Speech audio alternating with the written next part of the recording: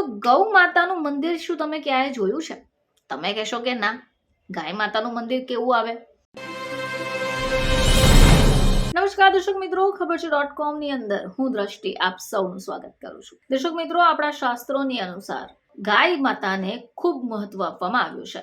ગાયને આપણે માતા પણ કહીએ છીએ અને જો આપણા ઘરને બારણે આવે તો આપણે ક્યારેય તેને તગડી નથી મૂકતા. ગાય માતાનું વિશેષ મહત્વ તો શાસ્ત્રોની અંદર પણ ઉલ્લેખ કરાયો છે. તો આજે આપણે આ ગાય માતા વિશે એવી વાત જાણવાના છીએ કે જે બહુ ઓછાને જ ખ્યાલ હશે. તો ગૌ માતાનું મંદિર શું તમે ક્યાંય જોયું છે? તમે કહેશો કે ના, ગાય માતાનું મંદિર કેવું આવે? આજે આપણે આ જ ગાય માતાના મંદિર વિશે જાણવાના છે અને તેમની સમાધિ વિશે પણ જાણીશું. તો તમને જાણીને નવાઈ લાગશે કે ગૌ માતાની સમાધિ કઈ રીતે હોઈ શકે. ચાલો આજે આપણે સમગ્ર માહિતી મેળવવાના છે. સમગ્ર વિશ્વની માત્ર એક જ ગૌ માતાનું મંદિર બનાસના શિહોરી ગામમાં આવેલું છે. હવે આ ગૌ માતાનું મંદિર અતિ પ્રાચીન છે અને ચમત્કારિક પણ છે. આ મંદિરની સાથે લોકોની આસ્થાઓ જોડાયેલી છે. હવે આ ગૌ માતાનું એક જ મંદિર છે જે બનારસની અંદર છે. તો આ મંદિર સાથે એક લોકવાયકા પણ જોડાયેલી છે. ચાલો જાણીએ કે એ કઈ લોકવાયકા હશે.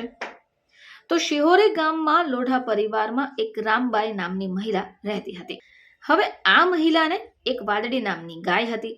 આ વાદળી નામની ગાય આજુબાજુના ખેતરમાં ચરવા જતી હતી. હવે જ્યારે આ ગાય આજુબાજુના ખેતરોમાં ચરવા જતી ત્યારે આજુબાજુના લોકો આ રામબાઈને ઠપકો આપતા હતા. હવે જ્યારે રામબાઈને ઠપકો આપવા માંડ્યા ત્યારે રામબાઈએ ગાયને મેણું માર્યું કે તને ધરતી માર્ગ પણ નથી આપતી. તો બસ જ્યારે રામબાઈએ ગાયને મેણું માર્યું ત્યારે તે જ સમયે ગાય ત્યાંથી દોડીને ખેતરની વચ્ચે ઊભી રહી ગઈ. હવે ખેતરની વચ્ચે આ વાદળી ગાય ઊભી રહી જતા હવે સતત 3 દિવસ આ ગાય ખાધા પીધા વગર ત્યાં એક જ જગ્યા પર ઊભી રહી ગઈ. હવે એને કારણે લોકો ત્યાં પહોંચી ગયા. હવે આ ગાય જ્યારે લોકો ભેગા થઈ ગયા ત્યારે કહી દીધું કે મારે આ જગ્યા ઉપર સમાધિ લેવી છે. શક્તિ સ્વરૂપ ગાયને ધરતી માતા પણ માર્ગ આપી દે છે. હવે આ જ સમયે ધરતીમાંથી દૂધ નીકળે છે અને દૂધને ગામના લોકો પ્રસાદ તરીકે સ્વીકારી લે છે. તો સમગ્ર વિશ્વનું માત્ર એક જ ગૌ માતાનું મંદિર જે બનાસના શિહોરી ગામમાં આવેલું છે. ફરીથી આપ સમક્ષ હાજર થઈશું. ત્યાં સુધી જોતા રહેજો ખબર છે .com.